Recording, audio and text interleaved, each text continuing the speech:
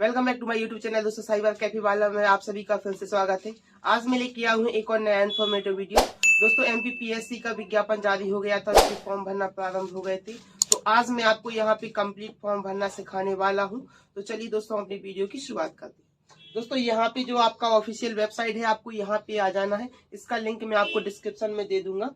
तो यहाँ पे आने के बाद आपको सबसे पहले आपकी राज्य सेवा प्रारंभिक परीक्षा 2022 इसका एप्लीकेशन फॉर्म जो है 10 जनवरी से स्टार्ट हो गया है और 9 फरवरी तक इसकी एग्जाम चलना है।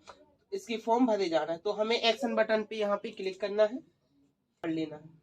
ये देखिए हमारा यहाँ से खुल गया है। यहाँ पे आपको घोषणा करता है कि बाद राज्य सेवा परीक्षा पे एक बार क्लिक करना रहेगा। इसके बाद आपको राज्य वन सेवा पे क्लिक करना रहेगा। ये आपका बताएगा कि आपने विज्ञापन पढ़ा हुआ है या नहीं। इसके बाद आपको आई एक्सेप्ट पे क्लिक करना है। तो यहाँ से जो है आपका फॉर्म खुल जाएगा दोस्तों। अब यहाँ से आप चाहे तो दोनों एग्जाम के लिए आप आवेदन कर सकते हैं या आप सिर्फ स्टेट सर्विस के लिए अप्लाई कर सकते हैं। तो जो भी आपको करना हो आपको यहाँ पे चूज कर लेना है। तो यहाँ पे मैं स्टेट सर्विस चूज कर लेता हूँ क्योंकि मैं एक ही परीक्षा के लिए एलिजिबल हूँ। इसके बाद दोस्तों आपको यहाँ पे आपका जो फर्स्ट नाम है आपको वो भर लेना है। उसके बाद आपका मिडिल नेम और लास्ट नेम। तो ये आपका नाम के ऊपर डिपेंड करता है, जो भी आपका रहे तो यहाँ पे आपको भर लेना है। इसके बाद अभ्यर्थी का जो है सरनेम अगर है तो आपको यहाँ पे भर लेना है, अदरवाइज आपको इसको खाली छोड़ देना है। इसके बाद आपको यहाँ पे मेल कर देना है। यहाँ पे आपको अपनी डेट ऑफ बर्थ सिलेक्ट कर लेना है। तो जो भी आपका डेट ऑफ बर्थ हो आप यहाँ से इसको सिलेक्ट कर लीजिए।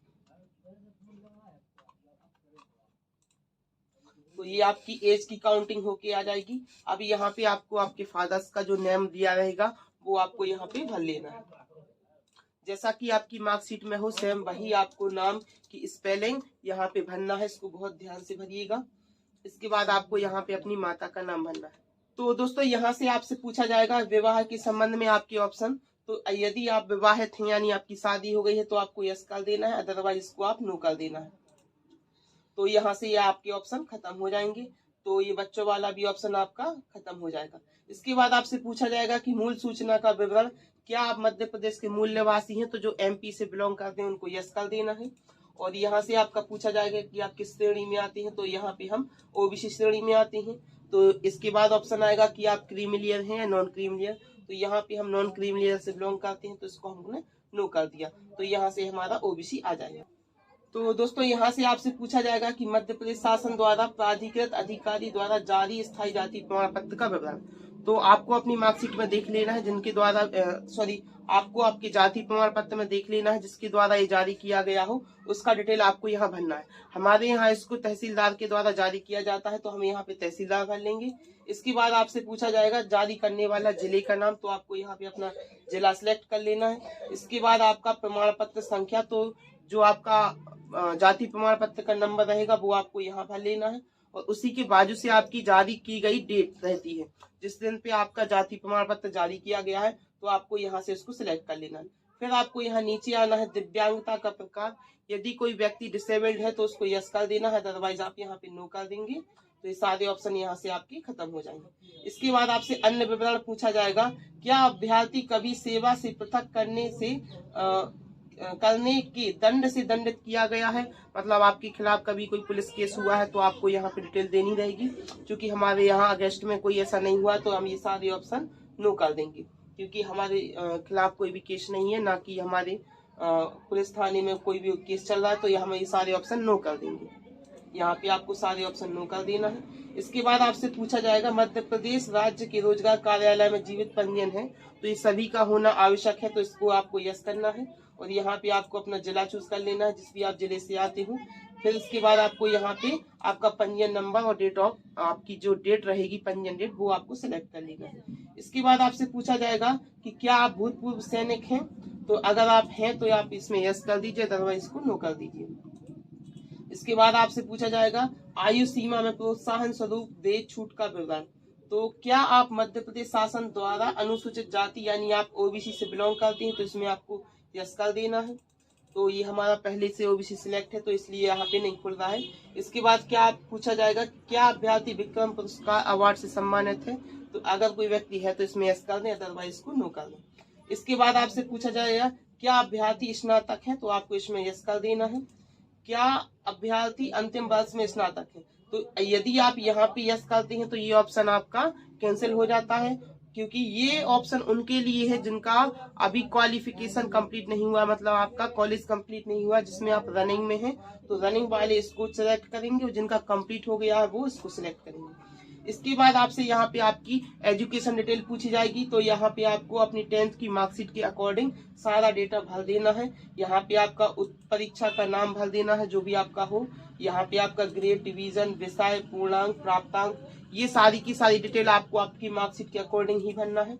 इसके बाद यहाँ पे आपका 12th का डिटेल रहेगा, इसके बाद फाइनल का डिटेल रहेगा। ये सारा आपको कंप्लीट कर लेना है आपके डॉक्यूमेंट्स के अकॉर्डिंग। इसके बाद आपको यहाँ पे नीचे आ जाना है। जैसा ही आप ये डाटा यहाँ भरेंगे तो ये आपका डाटा यहाँ शो होने लगेगा, तो इसके लिए हम और नीचे आ जाएंगे। इसके बाद आपसे पूछा जाएगा आपका बैंक अकाउंट के बारे में, तो ये जो आपका बैंक अकाउंट रहेगा, आपकी जो बैंक की डिटेल रहेगी ये आपको भरना है। इसके बारे में बता दूं कि क्या आप यात्रा भत्ता का लाभ लेना चाहते हैं, तो आपको इसमें यस कर देना है यहाँ पे। इसके बाद आपको यहाँ पे बैंक का नाम, IFSC कोड, बैंक शाखा का नाम, शाखा का कोड और खाता धारक का नाम और खाता संख्या, ये इतनी चीजें आप सभी को अपनी बैंक की पासबुक में से देख के भरना है। और यहाँ पे आप किसी भी प्रकार की कोई गलती मत कीजिएगा। उसी के साथ साथ आपको यहाँ पे आपकी बैंक की पासबुक भी अपलोड करनी रहेगी जो कि आपकी 200 KB से कम की रहेगी। इसके बाद दोस्तों आपसे पूछा जाएगा कि आपका वर्तमान पता, तो यहाँ पे आपसे 2 एड्रेस पूछे जाते हैं, इसको आपको स्क्रॉल करके ऊपर ले जाना है। तो यहाँ से आपसे 2 पता पूछे जाते हैं कि एक आपका टेम्परेरी एड्रेस रहता है और एक आपका परमानेंट एड्रेस रहता है। मान के चलिए अगर मैं इंदौर के लिए कोचिंग करने जाता हूँ और वर्तमान में अभी मैं वहां रह रहा हूँ, तो ये मेरा टेम्परेरी एड्रेस हो जाएगा वहां पे इंदौर का, और जो मेरा प्रॉपर होम एड्रेस है ये हमारा यहाँ हो जाएगा। यदि किसी व्यक्ति का अलग अलग है तो वो अलग अलग इसको फिल कर लीजिएगा, और अगर एक सा है तो आप यहाँ पे होम एड्रेस करके फिल कर सकते हैं। इसके बाद आपसे पूछा जाएगा, ये आपको यहाँ पे आपकी एक फोटो अपलोड करनी रहेगी, तो ये 20 से 100 KB की अपलोड करनी रहती है। तो अगर आपसे ये अपलोड करते नहीं बनती है तो आप मुझे कमेंट सेक्शन में कमेंट करके जरूर बताइएगा। तो इनको कैसे बनाना पड़ता है फोटोशॉप से या मोबाइल से, तो ये इसके लिए मैं अलग से वीडियो लेके आ जाऊंगा। तो यहाँ पे आपको फोटो और सिग्नेचर अपलोड करना है। इसके बाद आपसे पूछा जाएगा आपका यहाँ पे मोबाइल नंबर और ईमेल एड्रेस, तो ये आपको यहाँ पे भर लेना है। तो चलिए दोस्तों हम अपने पूरे के पूरे फॉर्म को अभी भर के और आपको लाइव दिखाने वाले। तो दोस्तों यहाँ से हमने अपने फॉर्म की सारी डिटेल भर ली है, और सेम आपको भी अपनी डिटेल के अपनी डॉक्यूमेंट के अकॉर्डिंग ये सारी डिटेल भर लेना है। और इसको दोबारा से क्रॉस चेक करते हुए आपको नीचे आ जाना है।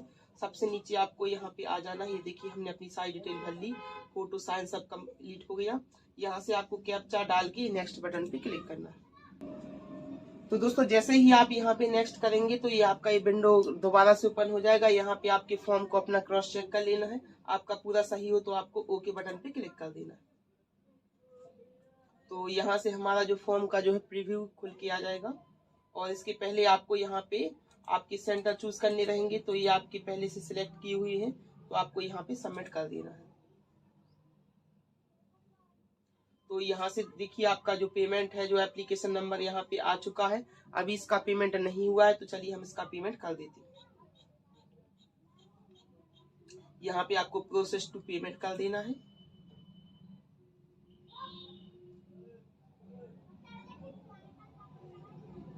तो यहाँ पे आपको कैश पेमेंट करके प्रोसेस टू पेमेंट करना है।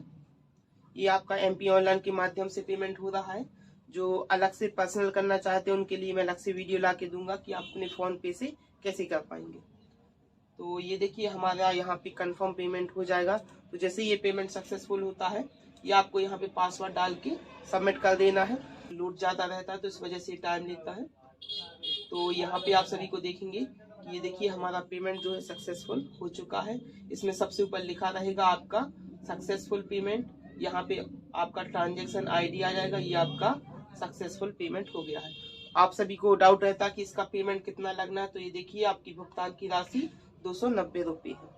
तो दोस्तों ये वीडियो आप सभी को कैसा लगा आप मुझे कमेंट सेक्शन में कमेंट करके जरूर बताइएगा। अच्छा लगा हो तो लाइक कर देना, अपने दोस्तों के साथ शेयर कर देना। थैंक यू दोस्तों।